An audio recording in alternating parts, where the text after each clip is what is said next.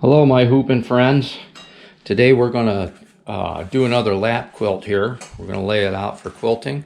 These lap quilts my wife and I are making to donate to the nursing homes and the elderly. So I've already laid this out and it looks like a 9x9 is what's going to fit in here. So what's going to happen is I'm going to have to go 5 across and then we'll go 5 long ways.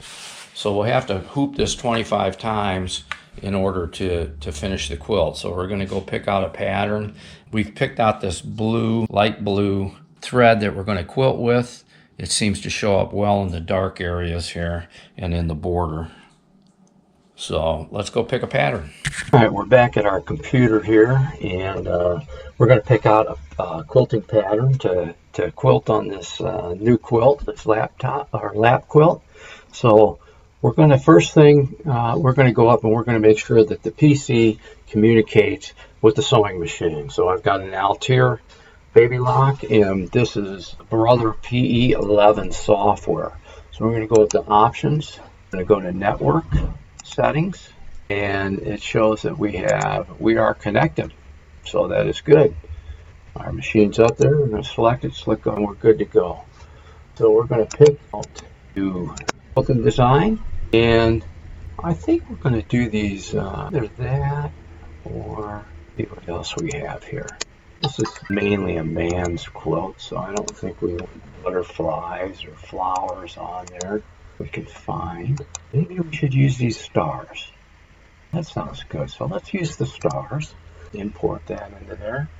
And remember, we want to do a 9x9 size frame. Go to design settings, and we're going to go to custom. And we're going to set this at 9x9. Closest hoop size we have is this 9x14. So we're going to go ahead and go. At this point, we need to fit this. It's a little bit smaller so you can see it. Alright, so we need to make that fit inside that frame.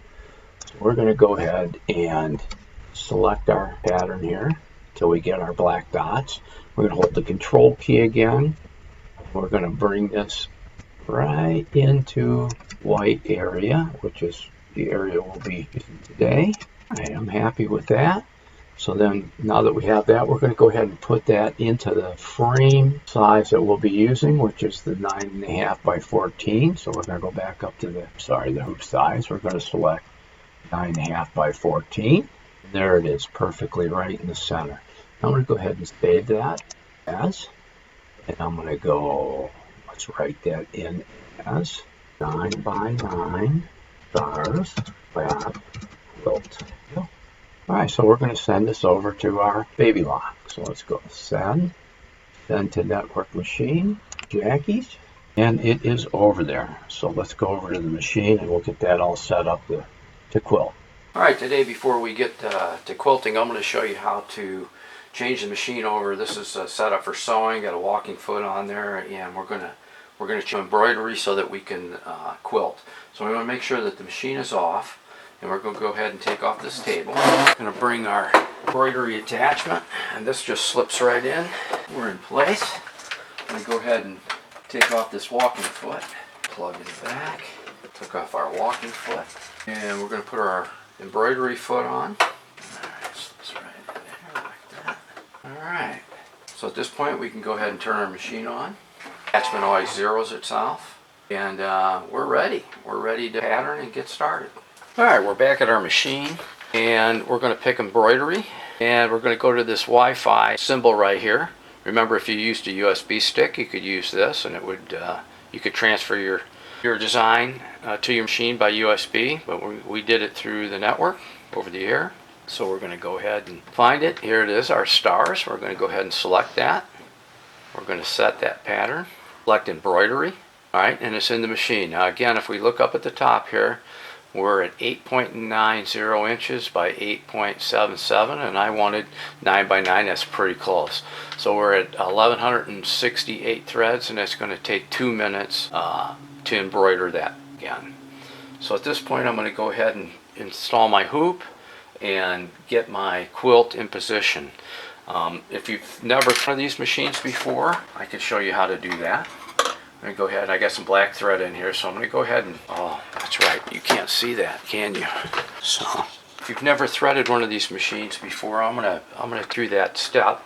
So I've had black thread in here. I'm going to go ahead and cut that thread, and always pull the thread through this way through the machine instead of back up through there.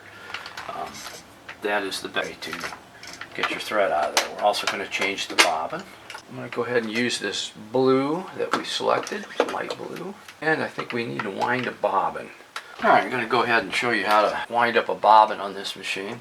So I'm going to stick that on there, and then this gets threaded. There's a little diagram that tells you how to do this, but I always like to put a few wraps around there, and then there's a little notch down here that you can pull back and it holds that thread in. And you just flip that over and you hit start. There we go, start, and there it goes. Alright, I'm going to pull it off. There's a cutter on there. Alright, I'm going to go ahead and install my bobbin, cover back on, and now I'm going to go ahead and thread the machine. And this machine automatically threads, which is really nice. Alright, so we're all set up there. We're threaded, ready to go. And I'm going to get the hoop and put the hoop in, and we'll position the quilt and we'll get going. Alright, let's put our hoop in our machine here. Put that on. This embroidery carriage is going to move. Alright, we're ready to go. I like to use this to position where the needle is on here. That green X is the needle. We're going to go up into that right hand corner. Go ahead and take my hoop, stick it under there, and I'm going to flip it up and over. Grab our quilt, position this in the frame. Got to take a few pins out here. Alright, so I'm going to go in that top right corner, pins out. What's nice about this magnetic hoop, all you got to do is just pull a little bit here and there, and you can maneuver any place you want to. Alright, so I want to get my starting point a little bit higher. Let me see if I can get the camera in a little bit closer for you. Alright, so I'm pretty close to the upper corner where I want to be, and I'm going to go ahead and run over the other side and look to see where this is at across the top. Looks pretty good. I think that needs to be there. Back over. That looks great. Looks square in our pattern here. You can use these lines to make sure that you're square in here.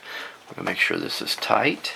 Alright, so this looks pretty good to me. I think we're going to go ahead and let it go. So we're going to put the foot down. My light turns green telling me it's ready to go. And let's do it. And there we are. We're at the end of that one. So now we'll just go ahead and we'll move it to the next position.